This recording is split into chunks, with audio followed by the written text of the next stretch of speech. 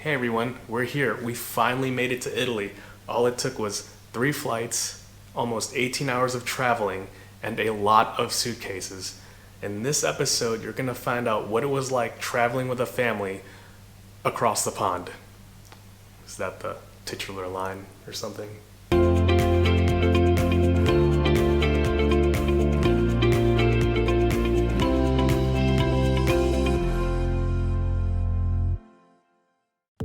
In the last episode, you found out how stressful it was for us just to even move out of the house. We didn't even really go into detail about the visas and the passports that we needed just for us to travel together as a family. That was something else. Getting here was not the easiest. This is now 6 months in the making, and finally it was time to get our flights together when all of a sudden none of our documents were in, like the passports, the visas. We had to wait for all that for several days, and each day we kept getting a new ticket assigned, and we were excited to leave the next day, and then of course no documents were there. So ultimately, walked over there in person, waited in the office until the documents arrived, took the documents next door to another office, and I begged for a ticket, and they gave us one for 4 hours later. Once we got our passports, we had about 4 hours to get everything ready to go. And we had everything sort of ready to go, but we had a lot more stuff. I needed to buy another set of luggages. I don't know how we got it onto the car. Honestly, I was just more concerned about how the kids looked on the flight. So in typical Mark fashion, I got them Italian soccer jerseys. I had Max in the Inter Milan jersey. I had Bo in the AC Milan jersey. And I had Evan in the Roma jersey.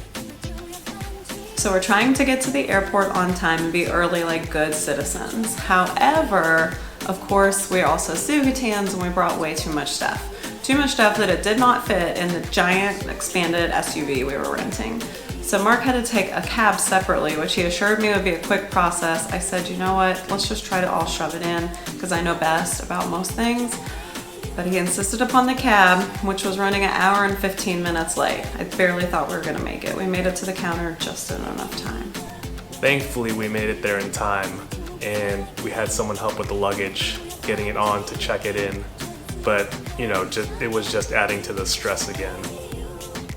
So the kids were actually very excited about the flight. We flew from Norfolk to Atlanta, and then from Atlanta to Amsterdam, and from Amsterdam on to Catania, which is the town near us in Sicily. From Atlanta to Amsterdam was what I was worried about the most.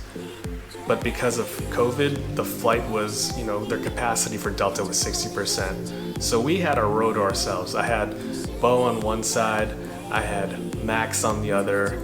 The row of 4 seats in the middle, I stayed there with Evan, and Julie was on the other side of that too. But when it was time for everyone to sleep, Bo had his side, Max had his side, Evan slept with me, and Julie and I switched. The flight was long and not fun.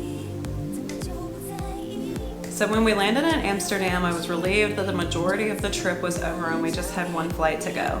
The airport was pretty empty, so going through customs was pretty easy. I was very impressed with just the city of Amsterdam, at least from what you can see from the airport, about how clean and modern it was. Flights actually weren't that bad. I thought the kids would have a little bit of trouble with the flights and staying entertained, but really they were rock stars. When we were landing in Italy, one of the first buildings I saw was an IKEA, which was one of the last buildings I saw in America.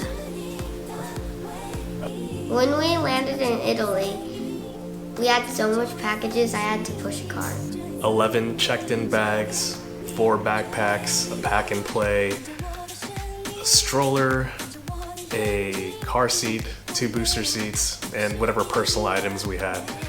So we're driving through Italy, and I was been told that, crazy drivers, roads are smaller.